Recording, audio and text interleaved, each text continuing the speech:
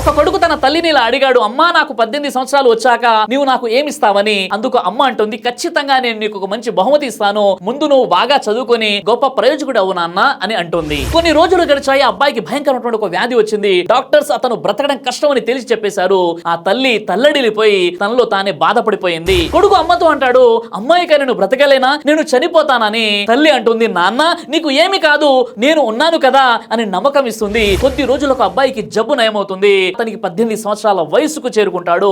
ఒక రోజు తన తల్లి కనిపించదు. అతడు వెతికి తన తల్లి బెడ్రూమ్ లోకి వెళ్లి అల్మారి అంతా వెతుకుతాడు. అతనికి ఒక లెటర్ దొరుకుతుంది.